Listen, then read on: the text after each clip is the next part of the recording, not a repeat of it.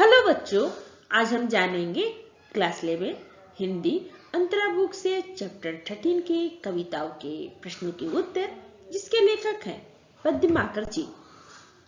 बच्चों, इस चैप्टर के प्रश्नों के उत्तर हम यहाँ से जानेंगे। इस चैप्टर का पहला प्रश्न है, पहले छंद में कवि ने किस ऋतु का वर्णन किया है? तो इसका आंसर है, पद्माकर जी ने पहले छंद में बसंत ऋतु का प्रभावशाली वर्णन किया है। सेकंड प्रश्न है, इस ऋतु में प्रकृति में क्या परिवर्तन होते हैं? तो इसका आंसर है, इस ऋतु में प्रकृति में ये परिवर्तन होते हैं। पहला है, बसंत ऋतु में वृक्षों के झुंडों में भौरे गुंजार करने लगते हैं, यानी बोलने लगते हैं। सेकंड है, बगीचों में विभिन्न रंगों के फूल खिलने लगते हैं। थर्ड है, आम का बौर अपनी सुगंध से सारे वातावरण को मादक बना देता है। पक्षी के समूह सुर मचाने लगते हैं। 5 है, वनस्पतियां रस रंग से परिपूर्ण हो जाती हैं। 6 है, युवा वर्ग मतलब जो यंग लड़के हैं वो आनंद में झूमने लगते हैं। थर्ड प्रश्न है, और की बार बार आवृत्ति से अर्थ में क्या विशिष्टता उत्पन्न हुई है? तो इसका आंसर है, कवि ने अपने कविता में और शब्द की आवृत्ति से प्रकट किया है कि ऋतुराज बसंत का प्रभाव तो अति विशिष्ट है, बिल्कुल अलग प्रकार का है। वैसा प्रभाव तो किसी ऋतु का हो ही नहीं सकता। प्रकृति तथा लोगों में बसंत ऋतु के आने पर मन में जो चमत्कारिक बदलाव होता है, इस शब्द के माध्यम से उसे दिखाने में कवि सफल हो पाए हैं। इस शब्द से पता चलता है कि अभी जो प्रकृति सुंदरता थी उसमें और भी वृद्धि होगी। बच्चों, 4 प्रश्न है, पद्माकर जी के काव्य में अनुप्रास की योजना अनूठी बन पड़ी है। उक्त कथन को प्रथम छंद के आधार पर आप स्पष्ट कीजिए। तो इसका आंसर, पद्माकर जी ने अनुप्रास अलंकार का सहज स्वाभाविक प्रयोग तो किया ही है, उन्होंने स्थान स्थान पर अनुप्रास का ऐसा प्रयोग किया है कि उनकी योजना अनूठी बन गई है। इसके उदाहरण इस प्रकार हैं। उदाहरण क है भीड़ भौर, ख है छलिया छबीले छैल और छवि छह गए, ग है गोकुल के कुल के गली के गोप गाउन के, घ है कच्छू को कच्छू भाखत भैने, अंगा है चलित चतुर, च है चुराए चित चोरा चोरी, छ है मंजुल मलारन, ज है छवि छावनो। 5 प्रश्न है, होली के अवसर पर सारा गोकुल गांव किस प्रकार रंगों के सागर में डूब जाता है? दूसरे छंद के आधार पर आप लिखिए। तो इसका आंसर है, गोकुल की गलियों में सभी लोग होली के रंगों में डूबकर किसी को कुछ भी कह देते हैं। गोपों द्वारा घरों के आगे पीछे दौड़कर होली खेली जाती है। होली का हुड़दंग मचा होता है। एक गोपी कृष्ण के प्रेम के श्याम रंग में भींगी हुई है, वो इसे हटाना नहीं चाहती है, बस इसी में डूबना चाहती है। किसी को किसी का लिहाज नहीं है, कोई भी कुछ भी सुनना नहीं चाहता है, उनके विषय में कुछ भी कहना संभव नहीं है।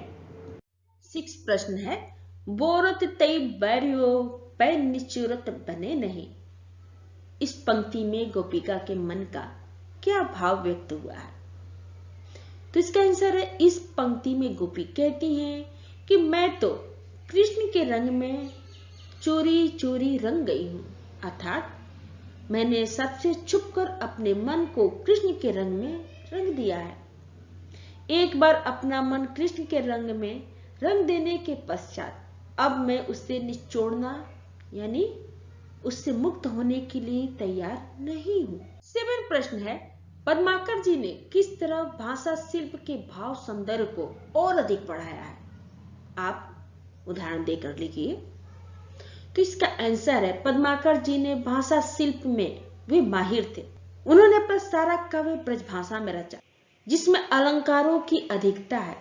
सूक्ष्म अनुभूतियों को दिखाने के लिए लाक्षणिक शब्द का इस्तेमाल किया गया है। ये उदाहरण देख सकते हैं। पंक्ति है, औरे भांति कुंजन में गुंजरत भीड़ भौर, औरे डोर झोरन पे बोरन के है गए। यहाँ औरे शब्द की पुनरुक्ति चमत्कार उत्पन्न कर देती है। अनुप्रास अलंकार के प्रयोग से जो ध्वनि चित्र बने हुए हैं वो अद्भुत है। उदाहरण के लिए आप नीचे देखिए। उदाहरण में पंक्ति है, छलिए छबीले छैल औरे छवि छह गए, गोकुल के कुल के गली के गोप गावन के। बच्चों, इस कविता में बोरत देव बारियो पै निचरत बनी नहीं में विश्वशक्ति अलंकार कवि ने दिया है।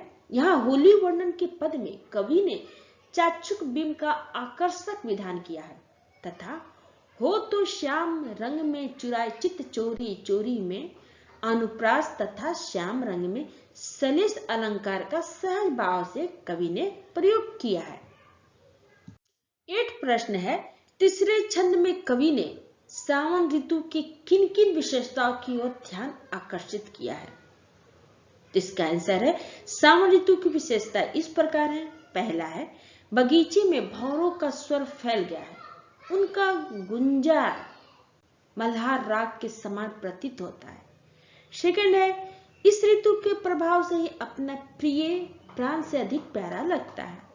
थर्ड है, मोर की ध्वनि हिंडोले की छवि सी लगती है। 4 है, यह प्रेम की ऋतु है। 5 है, झूले झूलने के लिए यह सर्वोत्तम ऋतु है। बच्चों, 9 प्रश्न में कुछ पंक्ति दिए गए हैं, इनकी व्याख्या करना है। तो 9 प्रश्न से पंक्ति का है, औरे भांति कुंजन छवि छह गए। इसका आंसर होगा, प्रसंग है, प्रस्तुत पंक्ति प्रसिद्ध कवि पद्माकर जी द्वारा रचित है। इसमें कवि बसंत ऋतु में बाग बगीचे में होने वाले परिवर्तन को दर्शा रहे हैं। व्याख्या है, प्रस्तुत पंक्तियों में वसंत ऋतु के आने पर वातावरण की विशेषता बताई गई है। कवि पद्माकर जी कहते हैं कि बाग में भौरों की समूह की भीड़ बढ़ गई है, बागों में आम के पेड़ों पर बोरे लग गई हैं, मतलब उनमें मंजरी लग गई है। इससे पता चलता है कि फल अब लगने ही वाले हैं। भाव यह है कि बसंत ऋतु में बाग में फूल खिलने लगते हैं, जिसके कारण भौरों की संख्या में वृद्धि हो गई है। ऐसे ही आम के वृक्षों पर बोरे लग गई हैं, जो इस बात का प्रमाण है कि फल लगने ही वाले हैं। पंक्ति ख है, तो लो चलित बने नहीं। तो इसका आंसर है, प्रसंग है, प्रस्तुत पंक्ति प्रसिद्ध कवि पद्माकर जी द्वारा रचित है। इसमें एक गोपी की दशा का वर्णन किया गया है। उस पर श्याम रंग चढ़ गया है और वो उसे उतारना नहीं चाहती है। व्याख्या है, पद्माकर जी कहते हैं कि होली खेलते समय एक गोपी कहती है कि मेरे पर कृष्ण का रंग चढ़ गया है, तो दूसरी सखी उस रंग को निचोड़कर उतारने के लिए कहती है। वो गोपी इस रंग को उतारना नहीं चाहती है। यह रंग कृष्ण के प्रेम का रंग है। वो कहती है कि यदि वो इस रंग को निचोड़ देगी तो यह रंग निकल जाएगा। वो इस रंग में डूब जाना चाहती है, अतः वो दूसरी गोपी को मना कर देती है। भाव यह है कि जो कृष्ण से प्रेम करता है वो उसके रंग को अपना लेता है। गोपी भी कृष्ण को प्रेम करती है, अतः कृष्ण से प्रेम करने के कारण कृष्ण का काला रंग भी उसे अच्छा लगता है। बच्चों, पंक्ति ग है, कहे पद्माकर लगत है। इसका आंसर है, प्रसंग है, प्रस्तुत पंक्ति प्रसिद्ध कवि पद्माकर जी द्वारा रचित है। प्रस्तुत पंक्ति में पद्माकर जी वर्षा ऋतु की विशेषता बता रहे हैं। उनके अनुसार यह प्रेम की ऋतु है और इसमें रुष्णा मनाना अच्छा लगता है। व्याख्या है, पद्माकर जी कहते हैं कि वर्षा ऋतु में प्रेमिका को अपना प्रियतम अच्छा लगता है। इसमें रूठे प्रेमी को मनाने में भी आनंद आता है। भाव यह है कि प्रायः जब प्रियतम रूठ जाते हैं तो मनुष्य अहंकार वश मनाता नहीं है। वर्षा ऋतु में यदि प्रेमी नाराज हो जाए तो उसे मनाना अच्छा लगता है। यह ऋतु का ही प्रभाव है कि नाराज प्रेमी को मनाकर आनंद प्राप्त किया जाता है।